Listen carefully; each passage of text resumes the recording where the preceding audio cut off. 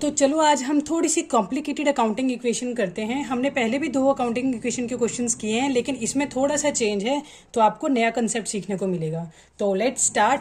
हम कर रहे हैं अकाउंटिंग इक्वेशन। फर्स्ट ट्रांजेक्शन है started business with cash of ₹70,000। तो देखो आपने बिजनेस स्टार्ट किया है 70,000 से, तो आपकी अकाउंटिंग इक्वेशन में क्या फ़र्क पड़ेगा? आपकी एसेट साइड कैश इंक्रीज हो जाएगा 70,000 का, as well as liability side आपका कैपिटल इंक्रीज हो जाएगा। तो आपकी अकाउंटिंग इक्वेशन ऐसे बनेगी।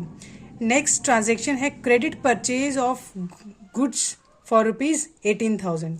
देखो आपने गुड्स खरीदे हैं, स्टॉक खरीदा है अपने बिजनेस में 18,000 का, लेकिन कैसे? आपने क्रेडिट पे खरीदा है। तो आपने यहाँ देखना है कि कैश को कोई फर्क नहीं पड़ेगा।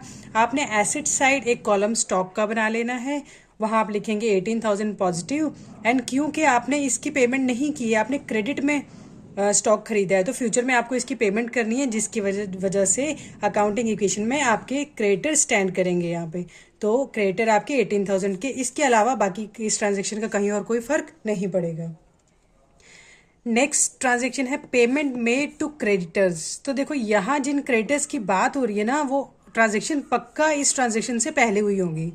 तो payment made to creditors in full settlement. अब यहाँ फुल सेटलमेंट का क्या मतलब है कि आपने फुल पेमेंट इनकी वन शॉट में फुल पेमेंट कर दी। और सेटलमेंट क्या हुई है देखते हैं।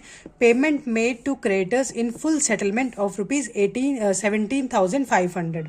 अब आप ये देखिए कि ये क्रेडिटर्स की बात कर रहा है। तो इससे पहले की ट्रांजेक्शन में आपने देखा कि आपने गुड्स खरीदे थे 18,000 के गुड्स खरीदे हैं क्रेडिट पे, लेकिन आपने उनकी पेमेंट फुल सेटलमेंट में कर दी है 17,500। इट मीन्स 500 का आपको डिस्काउंट मिल गया।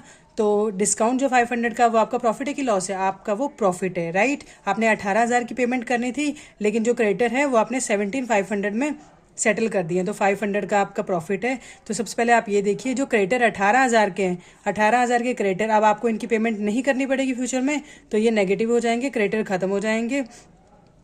और उसके बाद आपने पेमेंट की है कैश में, तो कैश कम होगा कितना? 17,500 का कैश भी माइनस होगा।